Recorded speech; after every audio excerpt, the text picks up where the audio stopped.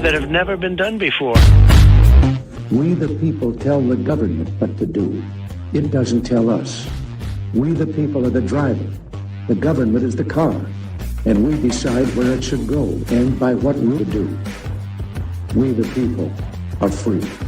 And I hope we have once again reminded people that man is not free unless government is limited.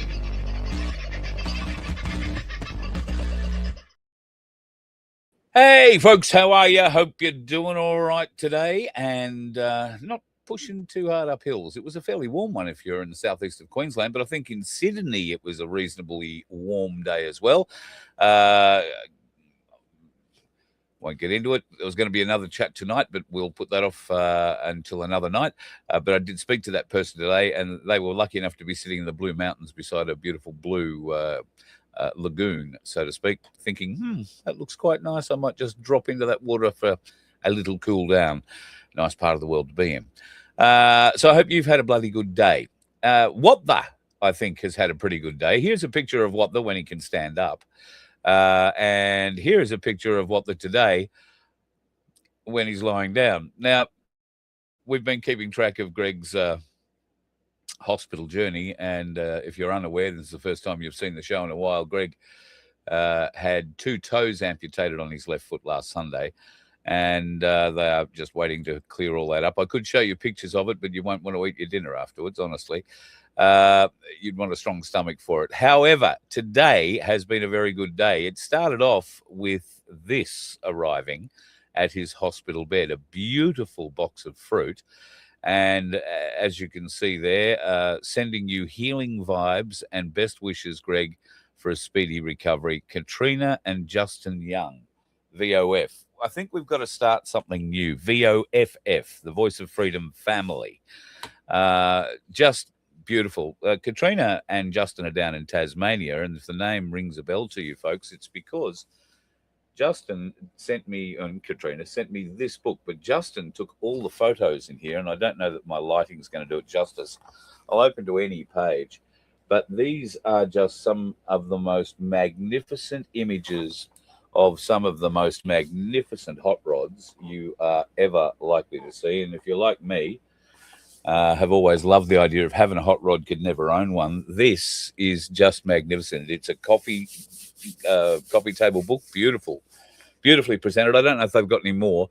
And Katrina, if you're watching, let me know, and I will happily give the address out or how people can order them. But the book itself is called Chrome Bumpers and Round Headlights, and it is just brilliant. So what has benefited, maybe not as much as me. I could take the book up. I'm not giving it to you, just saying, but you can keep it for a while.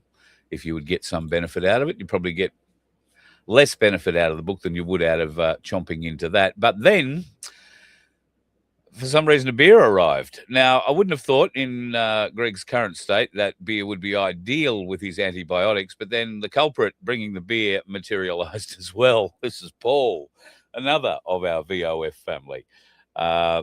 And just what a wonderful family we have. Paul and his wonderful wife, who took the photo here, I think, popped in this morning. They were at the Sunshine Coast University Hospital for an appointment of their own, and they took the opportunity to pop up and present. If you have a look on the table just to the left of the fruit box, you will see some rounds of sandwiches. They are corned beef pickle sandwiches, or corned beef mustard, I'm not sure, but corned beef sandwiches. My favorite too. And I know Greg has been enjoying them. Not that the hospital food is bad. It's just consistent, I think, would be the way you would describe it. And I know that Greg's enjoyed those tremendously. So thank you very much to Paul and his wife, and to Katrina and Justin for thinking of Greg in hospital. If you want to send him something, folks, he'll be there for a little while, hopefully out before the cruise. That's what we're all praying for. The cruise is happening on the 4th of May.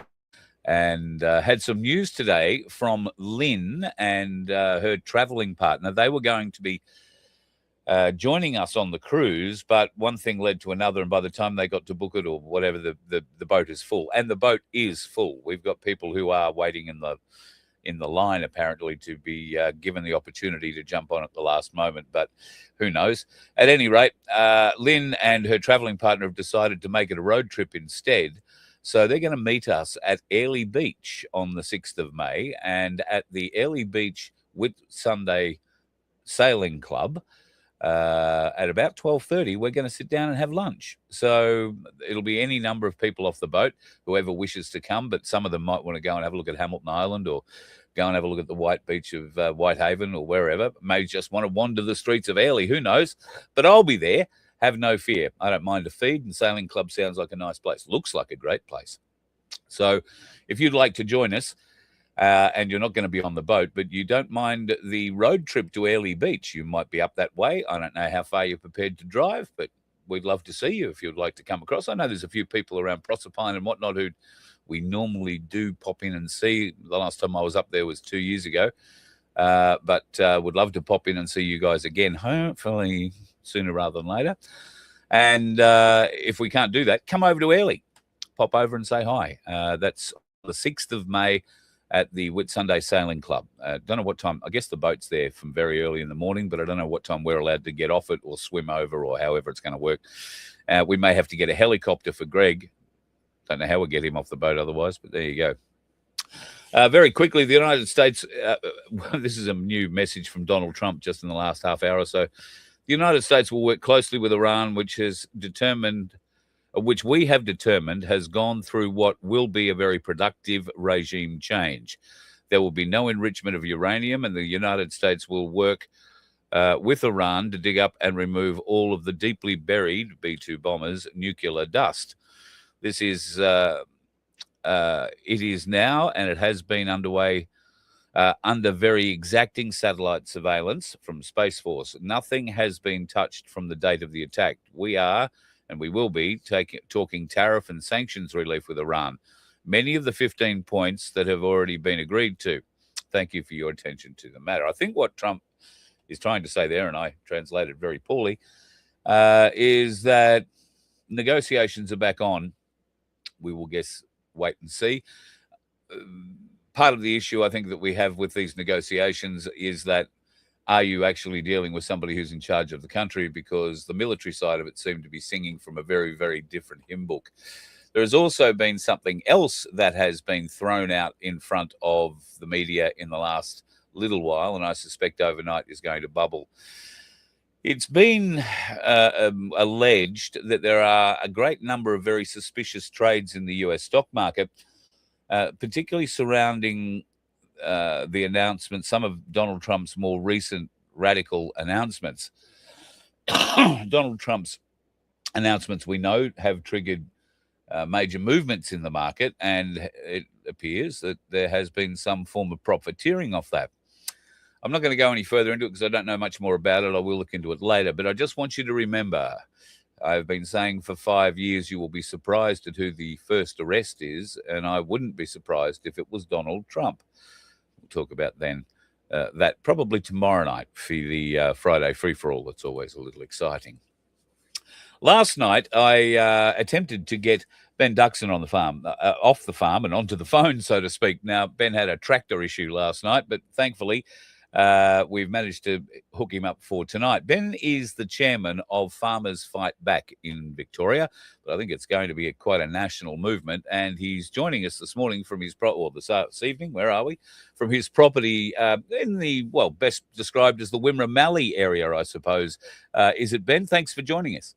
100% Carl, yeah, down in the Wimmera, southern Wimmera, here at Manu in Victoria, not far from the Grampians. So Grampians is one of the great areas of Victoria, and we're not far from there.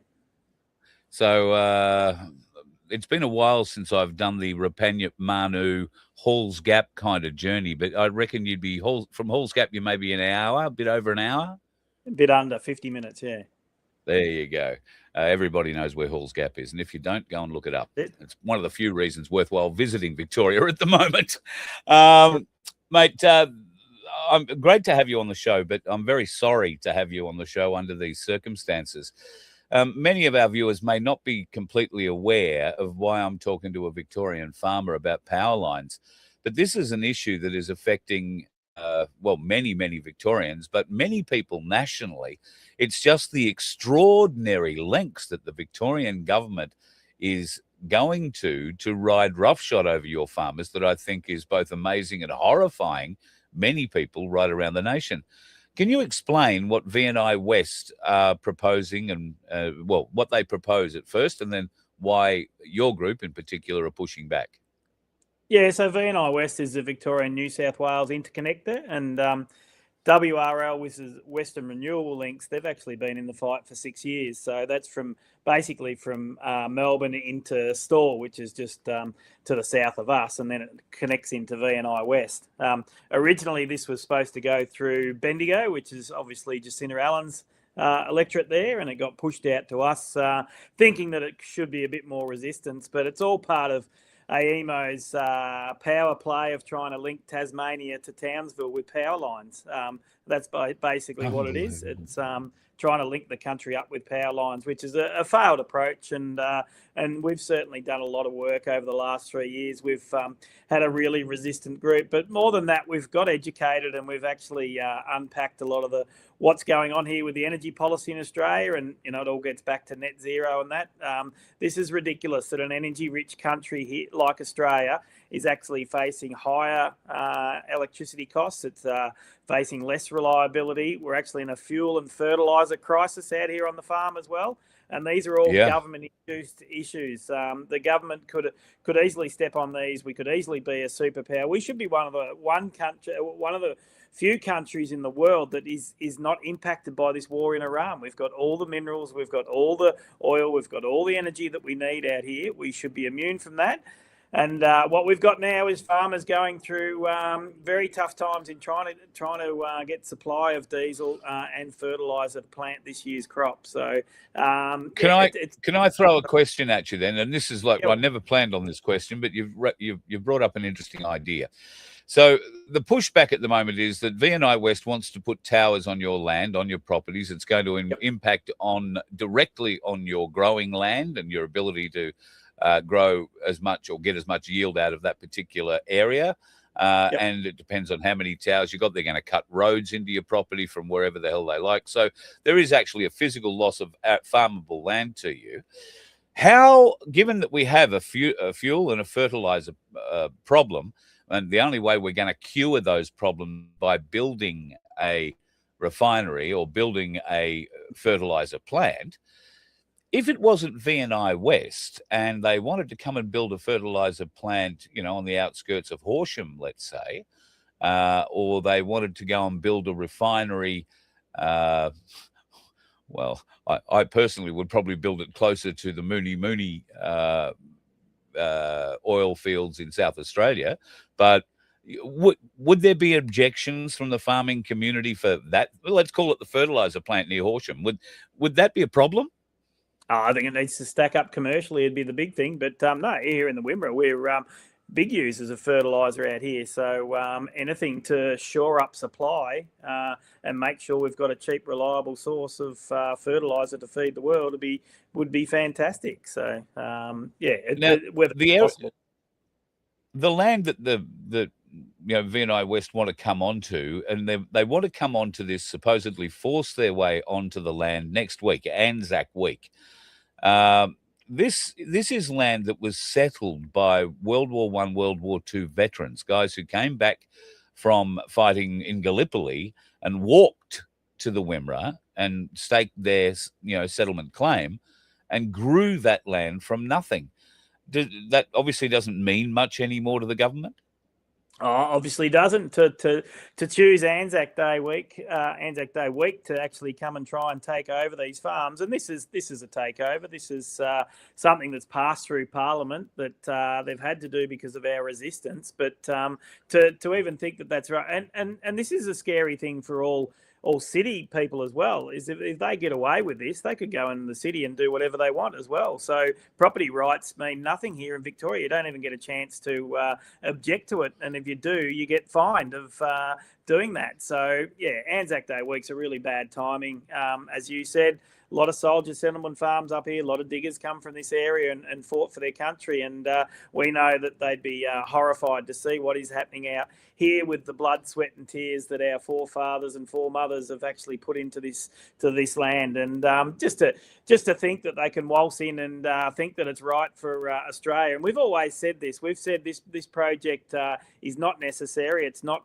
getting a reliable and affordable electricity grid for the next 100, 200, 300 years. This is not the way to do it. So we've said a complete stop. We've offered alternatives. There is an alternative, which is Plan B through Bruce Mountain and Professor Bartlett as well, that actually uses existing infrastructure and easements to a little upgrade and of a fraction of the cost that they're thinking here. And remembering, our VNI West project has gone from a $3.4 billion project into $11.8 billion project, and a sod hasn't been turned. They're talking over $20 billion to build this. This is just uneconomical in a state that cannot afford any of this at the moment. And what it does, it opens up all these wind factories, solar factories to overseas multinationals, to the billionaires, to the ex-politicians, to put their snouts in the trough and actually try and gain the government subsidies that we all pay for as taxpayers,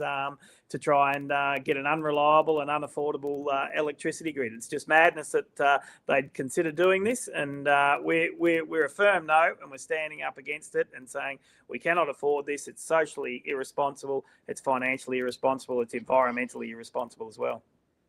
So clearly the issue is political. This year, Victoria goes to the polls for a state election in November. Yep. I have been saying for the last, I think, elections at least, that Labor are unelectable for a variety of reasons, and yet they still have managed to get back.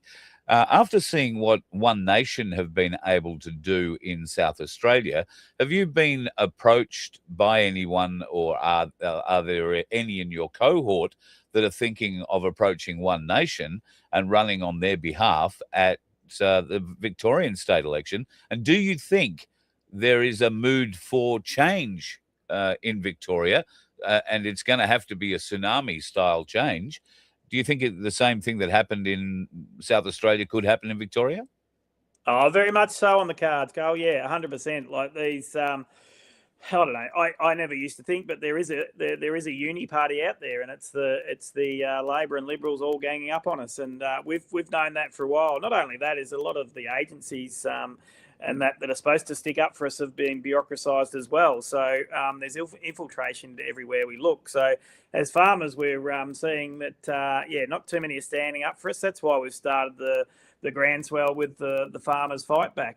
It's a grassroots movement that is getting a lot of traction of people that saying enough's enough, and they're sinking their teeth in a grassroots movement. And similar to One Nation is that people are just wondering where to look and what to do. So we need to make sure that there is an alternative out there. Whether some of our people are going to stand, I'm not so sure, but there certainly is interest out there to make sure the politicians actually know what we're about, and to make sure that what we're asking for hits the ears. And the more people we get signed up to our Farmers Fightback, the harder we can go at the politicians, because nothing scares a politician more than numbers of people that are going to vote against them. So if we swell the numbers, we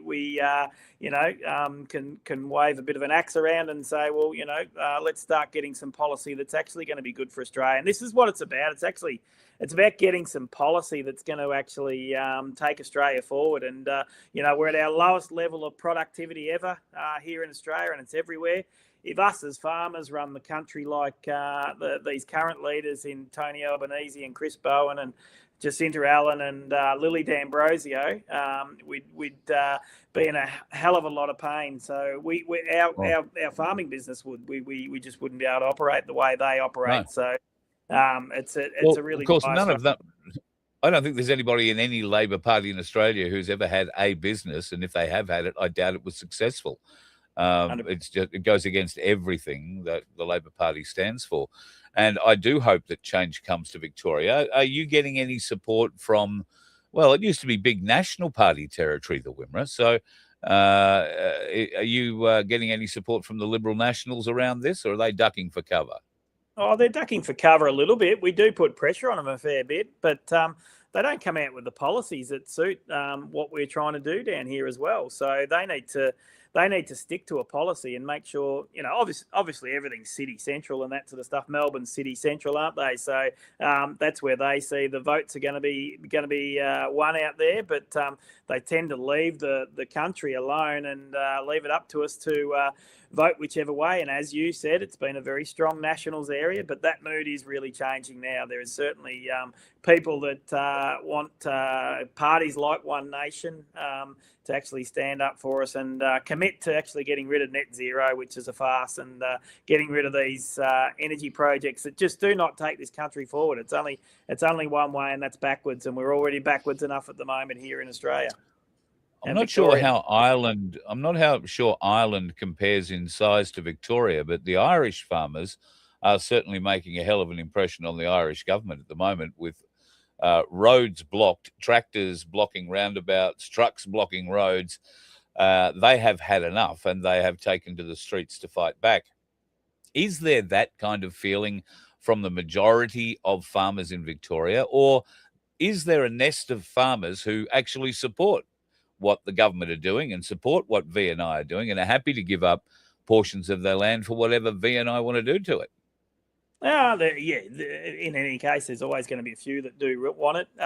But I'd say we'd have of the V&I West, there's probably up to the border, there's a 200-kilometre stretch, and we'd have about 150 kilometres of resistance against that, so all the way up and down. So a few in between that may think that it's a great idea to grab a bit of money at the present, but certainly the most resistance is from our areas and our people, and that are strong on board of resisting against this. So watching the Irish stuff quite intently at the moment, and it's sort of you push people into a corner, there is a breaking point. So definitely keep trying to push us, and there will be a breaking point where people are saying enough's enough, and there's being a precedent set overseas, and the Europeans have done it for quite a while and that sort of stuff. And if we get pushed into a corner and our terms of trade get so dire that we need to actually stand up for ourselves, there certainly will be talk of doing that into the future.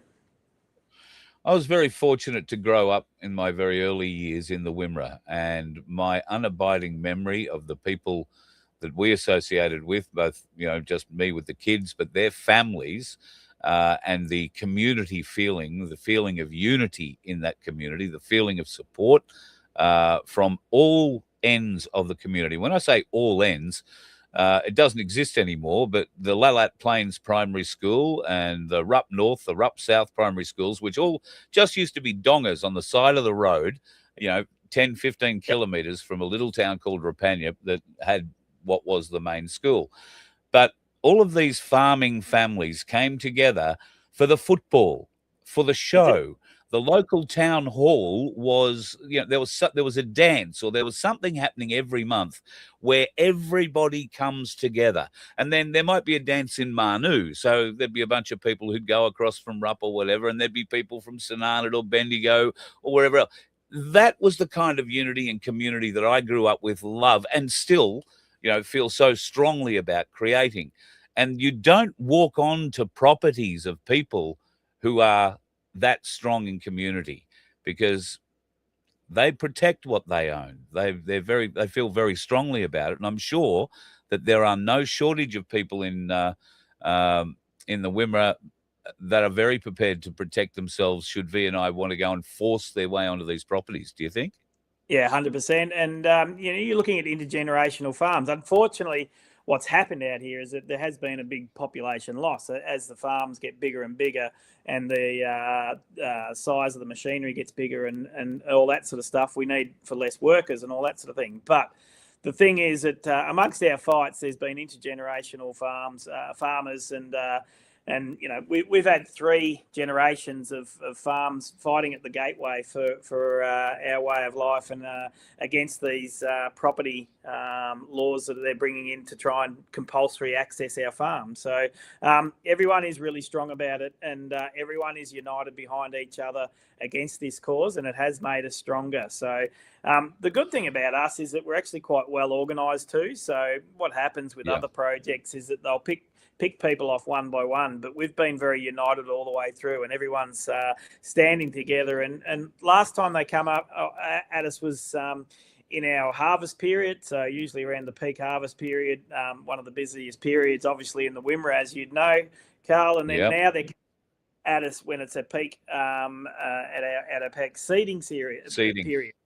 So this is really a setup. This is a complete setup from these Vic Grid people that think they can ride shotgun over us the whole time. And not only that, they've introduced a whole gamut of dirty tricks to try and really taunt our members, and they're out there taunting them at the moment. They're out in the front of people's houses and that, trying to get a reaction from them, and it's really, really grubby tactics. They're lies that they're spreading. They're saying there's only 26 people holding the project up here, and they've got 170 that have taken the money for the EESs and all that sort of stuff, but they're not even people on the line. So they just make up figures. They bully us, they intimidate us, and we're not pushing back. We are pushing back, but we're not being the bullies or the aggressors in this. We're doing it in a peaceful manner, and we're certainly holding together as a group and making sure that we look after each other. This is it's taking a huge toll on people.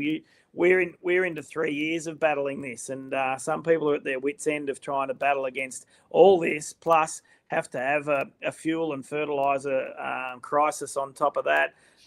Poor season for the last couple of years, so it's taking its toll on people, but we are organised.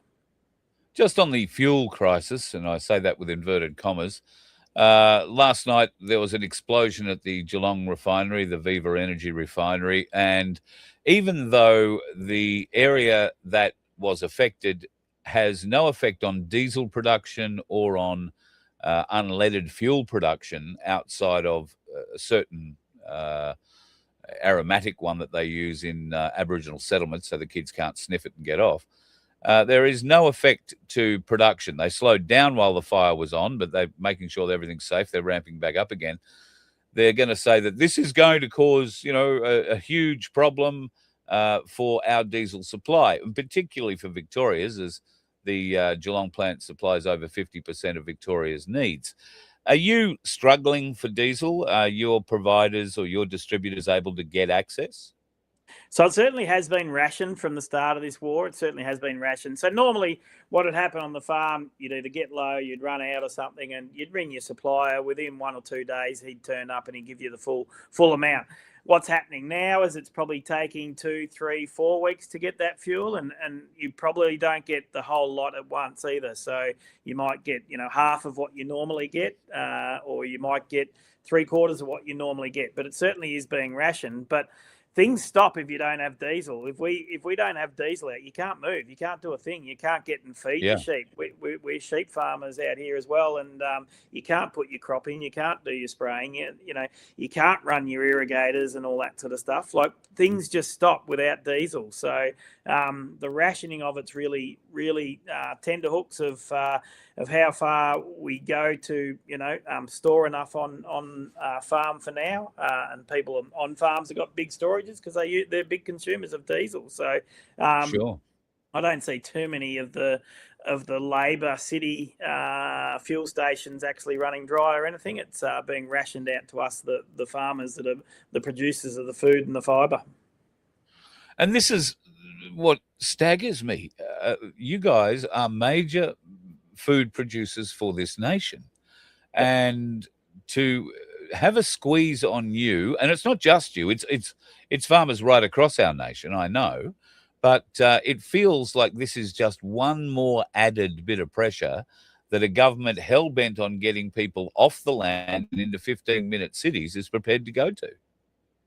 Yeah, it certainly seems like that. I mean, I don't know what they're thinking if they want to try and get rid of all the farmers out in the world and that, and you only have to see what's happening in Ireland and what's happened in Europe previously and all that. So it's a really dangerous precedent if that's the way they're going about it. Like the farmers should be at the top of the food chain. And we accept the vagaries of seasons and all that sort of stuff. Like farming's not made for everyone, but everyone that does it is usually intergenerational, that actually loves doing it, and given any reasonable chance without too much green and red tape and all that sort of stuff, we can make a decent living. But with these current governments, the way they're going, it's becoming extremely hard to, and especially in Victoria. Victoria's a very difficult place to be here. I think it might have been 12 months ago.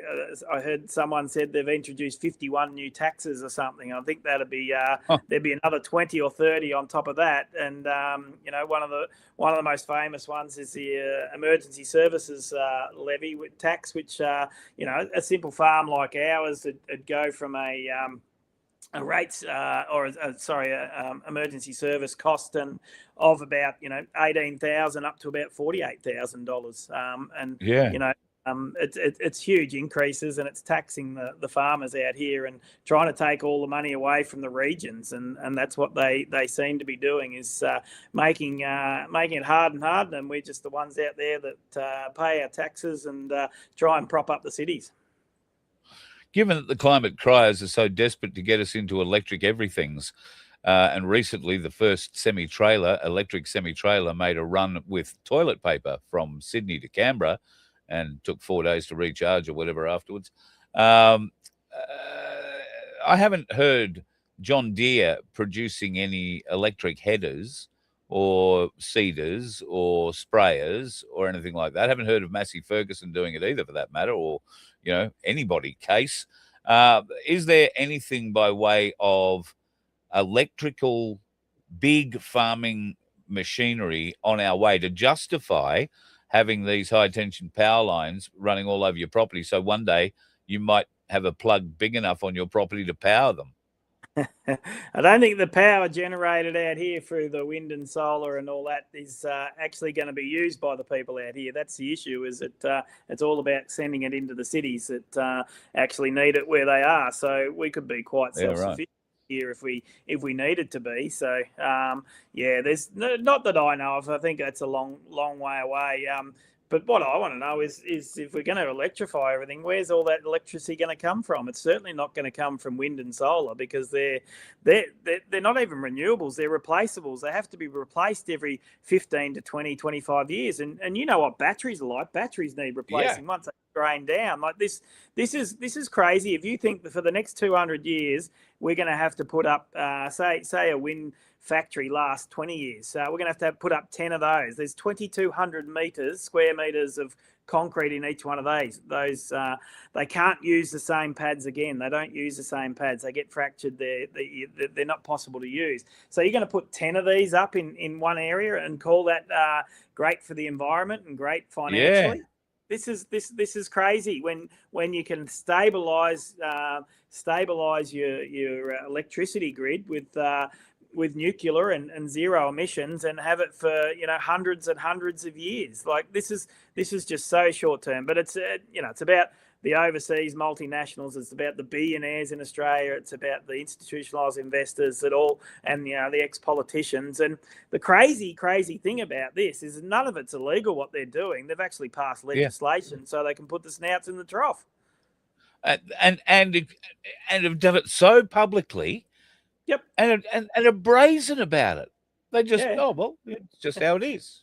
Yeah, bad luck. Politicians' wage and see what their assets are nowadays, and they don't match up. So, and they do. They just change the laws. It's actually not corruption at all. It's just the way they go about their business and putting their snouts in the trough and getting them all to. I mean, we've got the classic down here, the machete bins that were placed in Melbourne and that sort of stuff for.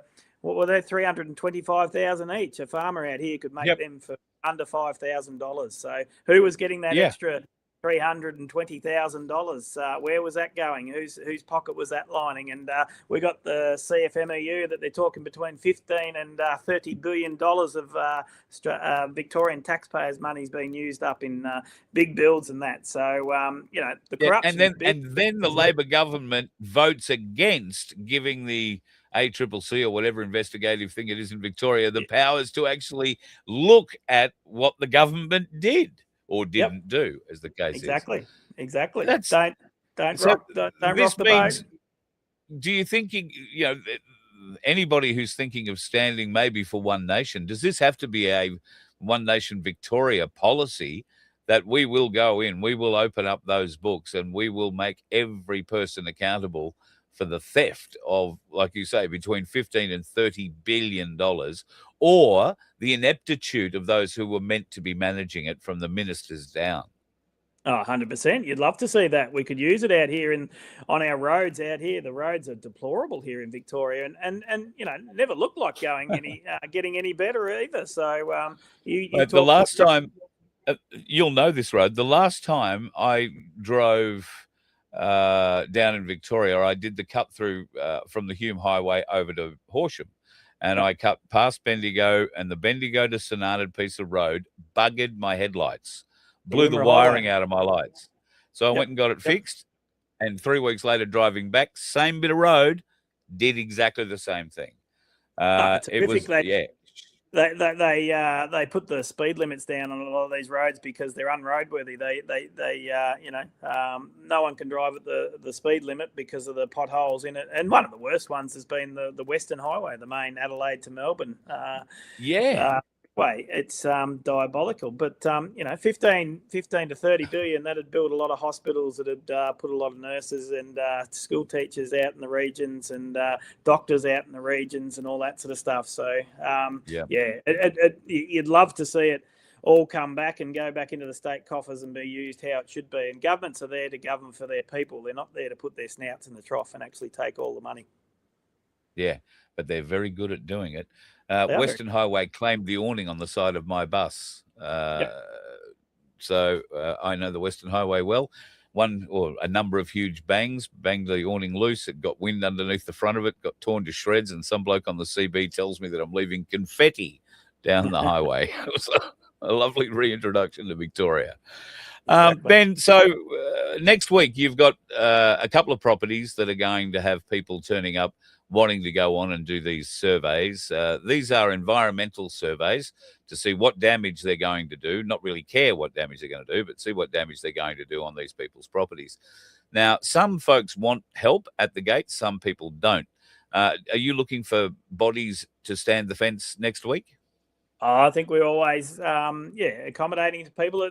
It looks as though we've had a few this week, and people have been organised and been able to push back quite easily. So it's being organised and making sure that the really strange thing about this is that they're trying to get compulsory access for an environmental study. But then Alistair Parker, the chief of VicGrid down here, says, well, if we don't get those environmental studies, we'll just go with ahead of it anyway. So it actually means nothing. They're trying to just flex a bit of muscle and trying to get on and show that, we'll get onto your place when it comes to compulsory acquiring your farm. So this is compulsory access for an environmental study. So I'm sure if we just opened the gates up and said, come on, that would be it for us. They'd certainly be able to do compulsory acquiring as well. So, but then at the same time, Alistair Parker's saying, well, we don't actually need these. We will go ahead with it. So why are they out there taunting and giving the farmers a hard time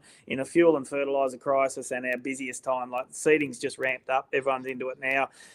No one really wants to afford the time to be getting off the tractor and having to go and fight at these gateways, but we certainly will.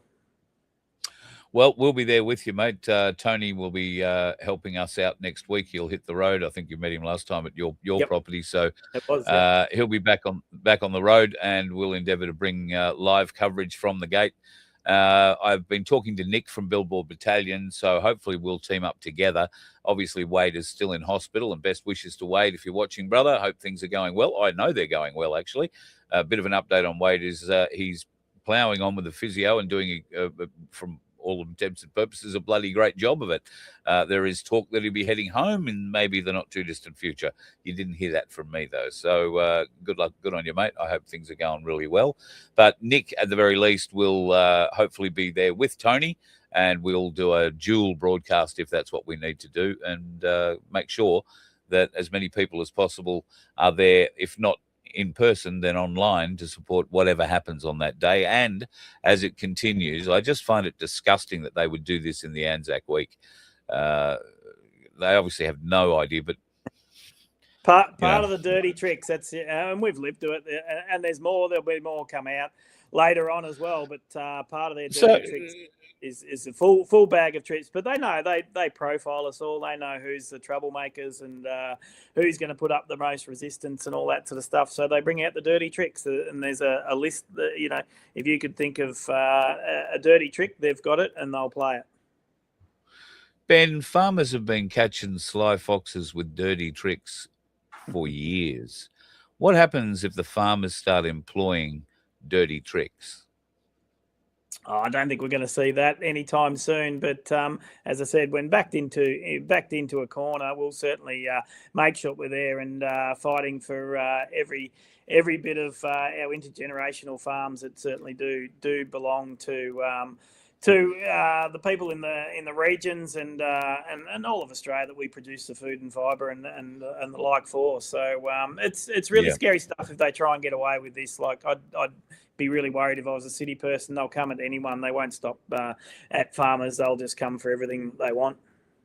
Yeah, that's exactly right. This is really the test case, and they'll just plough on regardless. So it needs to be the biggest political issue in Victoria this year.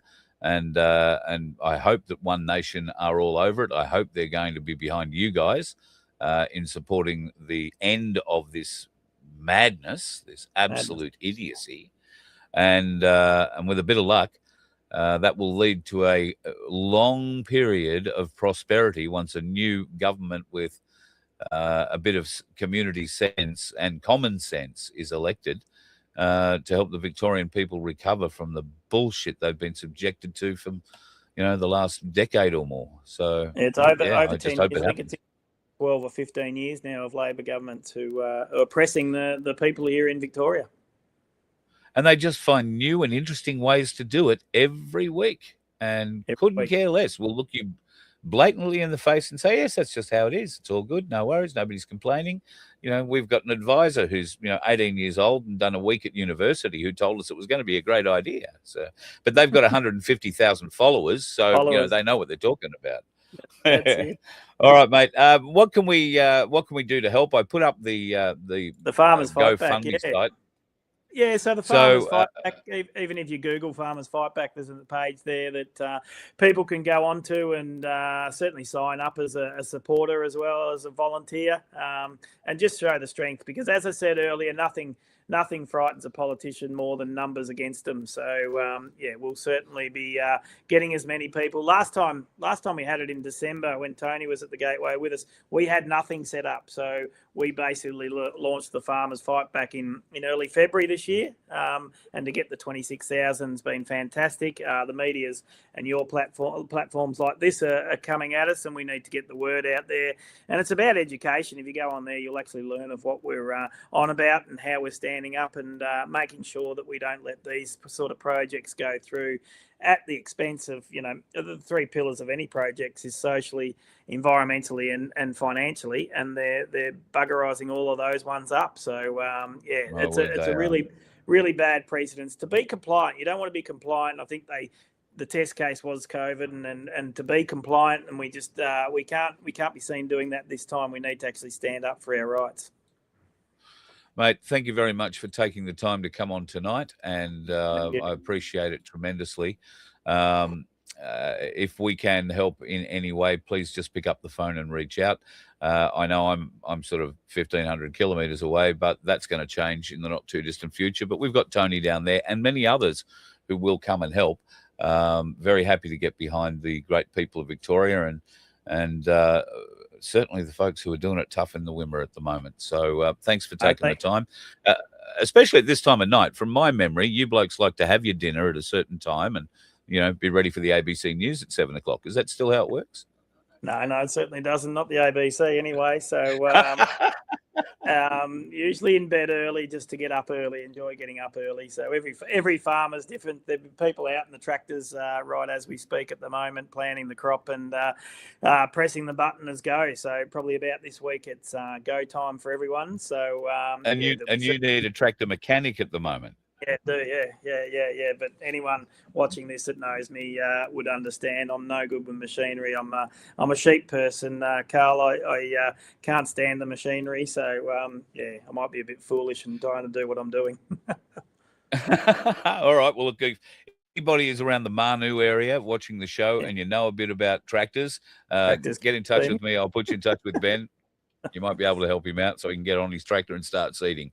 Mate, thanks very much for joining us tonight. And please pass on my best to your group. And there might be a few names there that might remember me. So hello to them. And anything I can do to help, mate, just let us know. Very much appreciate it. Thanks for that. Have a good one. Enjoy. You too. That's Ben Duxsan from Farmers Fightback. And I urge you, go and have a look at the webpage. And if you don't think it really affects you because you live in Victoria, I can tell you this is going to happen everywhere as long as crazy bastards like Chris Bowen are still part of our society or part of our government. And that piece of filth is just a grinning lunatic any time he's in front of a camera at the moment. But he is trying very hard to avoid being in front of a camera at any moment. He certainly doesn't want to answer any questions, like you'd expect.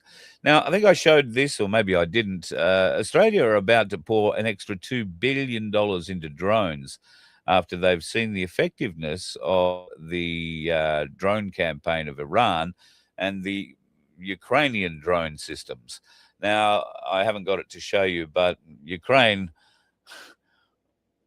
put out a video saying they conducted the first fully robotic assault on a Russian position, killing all the Russians with robots.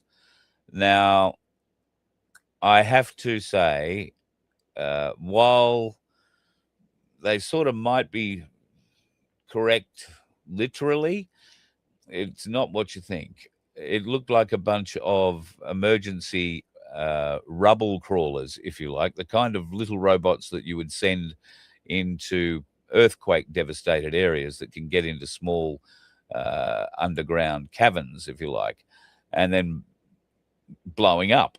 That's essentially what this looked like. But it was a fully robotic attack. So I haven't played it to you because I think it's shit. But it is going to happen. You've seen some of the robots. One of them was walking down the aisle the other day with Melania. I've shown you what the Chinese are capable of doing. They put it on as a big dance, but every one of the dance moves was a fighting maneuver. And then we have seen the true Chinese fighting versions with machine guns and battery packs that'll keep them going for 4 days. In fact, some of those have been caught testing, if you like, in the mountainous regions that separate Tibet and China. And I think they've also been put to work in other regions around there where China might have some friendly governments, including Iran. So the robots are certainly on their way, but Australia does have a very good drone system.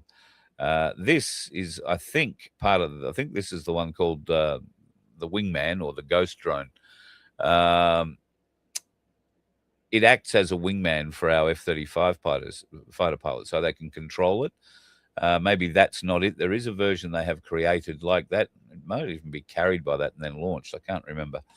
But it's a pretty cool bit of kit, and it has now changed the way that the Americans are looking at producing their 6th gen stuff, so that it can have a wingman drone component to it as well. I don't know that we'll see truckloads of DJI drones opening up and flying over air bases any time soon. I believe the programming for that has been changed rather significantly. And at any rate, DJI have programmed out at least in Australia, every airport, you won't be able to start your drone within about 3 kilometers of an airport. So you'd have to be home building something. And even now, I don't know that you'd be able to get the electronics from China to build something that didn't have a GPS locating thing that stopped it from starting like that. There has been some interesting finance news today, and I sort of roll my head. Some interesting crypto news. And I've tried to get a hold of Vince for it, but Vince has been unavailable for the day. But I will try and explain to you what it is that I have seen. Now, I saw this through Ainsley Bullion's Insights magazine or online. If you want to go and have a look at the full article, go to ainsleybullioncomu/insights, and you will find it there. The DCC is going multi-chain. You've probably never heard of the Depository Trust and Clearing Corporation, the DTCC, but it's one of the most important organizations in global finance. Every time a stock, a bond, or a derivative is traded in the US, the DTCC is the system that makes sure that trade actually settles and that the buyer gets the asset and that the seller gets paid. So, get the idea? This is the thing that makes sure that you get what you paid for, so to speak. Now, the DTCC is the organization that settles almost every stock and bond trade in the US, and it's been given the green light to start tokenizing securities on blockchain networks later this year. Now, they're not picking one blockchain. They're building across several of them, including Ethereum, Chainlink, and the Canton network, with others like XRP Ledger and Stellar, along with Hedera, I think is how you say that, in the mix. Now, if traditional finance starts running through these networks, the tokens that power them could become a lot more important. It's also important from my point of view that you understand that BlackRock and the SEC are both very publicly backing this next step into digital tokenology. What is the DTCC and why should you care? I think I've already said the main bit there, but it handles over $2.5 quadrillion worth of transactions every year. I did say it right, quadrillion. So when the DTCC starts using blockchain technology in the crypto world, it is going to be a huge mover, and it will become the backbone of the financial system. It'll make it a deliberate kind of shift. So how will this sort of work? Well, the 3-year pilot program that's going to kick off in the second half of this year will work with Ethereum as the most widely used public blockchain, the Canton network, a blockchain designed for institutional finance purposes, the Hyperledger BSU, which is a private permissioned network for regulated environments, and Chainlink, which is the infrastructure that connects different blockchains and feeds real-world data into them. Where does we fit in? Well, on top of all of it, the networks like XRP, Ledger, and Stellar and Hedera are positioned to become the potential channels for payments and liquidity. Now, why am I telling you all this? You might remember QSI. Stellar has been a central part of the QSI mantra right from the word go. Just bear that in mind before we finish up. The big players are backing this. So BlackRock, Larry Fink, has called this an early internet moment for finance, saying the industry needs to move rapidly towards tokenizing all assets. So if Larry Fink's all over it, well, it's got to be good, doesn't it? So what does tokenization mean? Well, it's the process of turning a real-world asset like a share of stock or a government bond into a digital token on a blockchain. Instead of the trade taking days to settle through a layer of intermediaries, it could settle in seconds directly between the parties involved. That means faster settlement, potentially instant. That's as opposed to 1 or 2 days. Lower costs because there's fewer middlemen clipping the ticket on the way past. 24 hours a day, 7 days a week. And this is what they're saying is a good thing, Programmable assets, smart contracts could automate things like dividends, compliance checks, and all that sort of reporting. Yes. And of course, it could limit your ability to buy anything at anywhere if you are deemed to be a person who's not playing the game. All your assets are digitized. They'll be taken from you. Your house, which you tokenized, could potentially be taken from you. I'm still not completely sure we want to be going down a digital network, folks. It's a pretty wild thing to be able to digitize every single thing in your life and then have a bureaucrat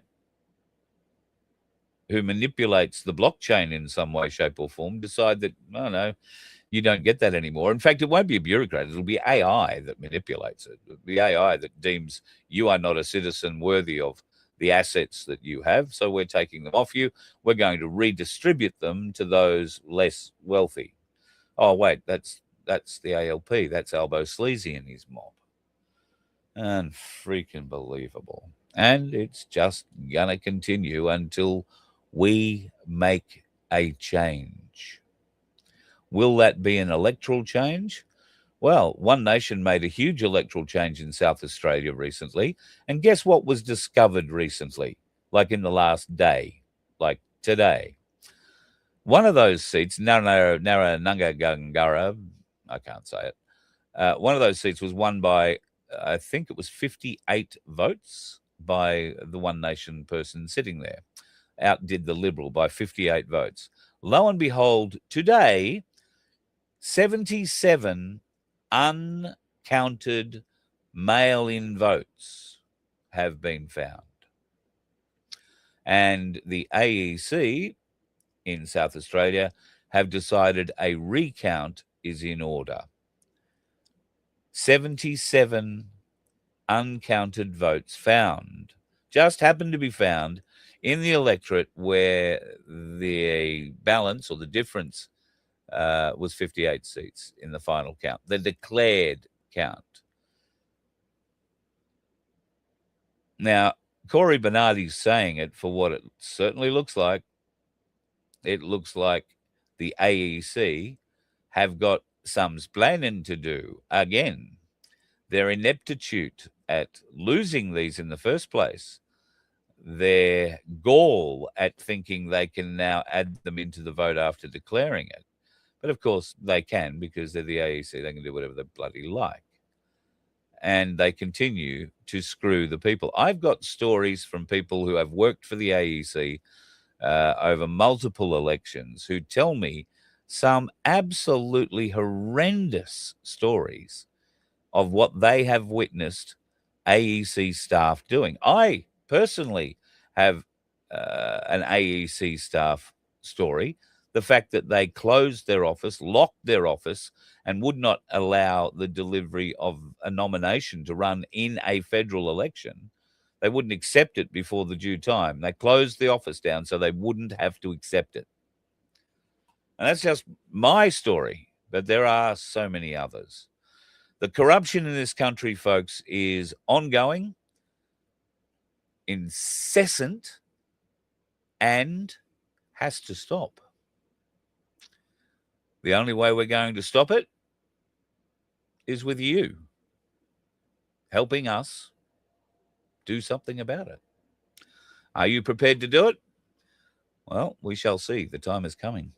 Be careful, folks. If you're heading out on the roads tomorrow, be safe. Don't do the things that dickheads do on the road, because it usually makes a hell of a mess and it creates a long wait for the rest of us who are trying to do the right things on the road. Be safe. See you tomorrow. You let Bye. one ant stand up to us, then they all might stand up.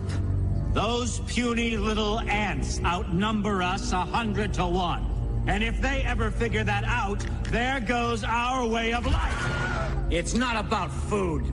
It's about keeping those ants in line. That's why we're going back. Does anybody else want to stay? Let's rock!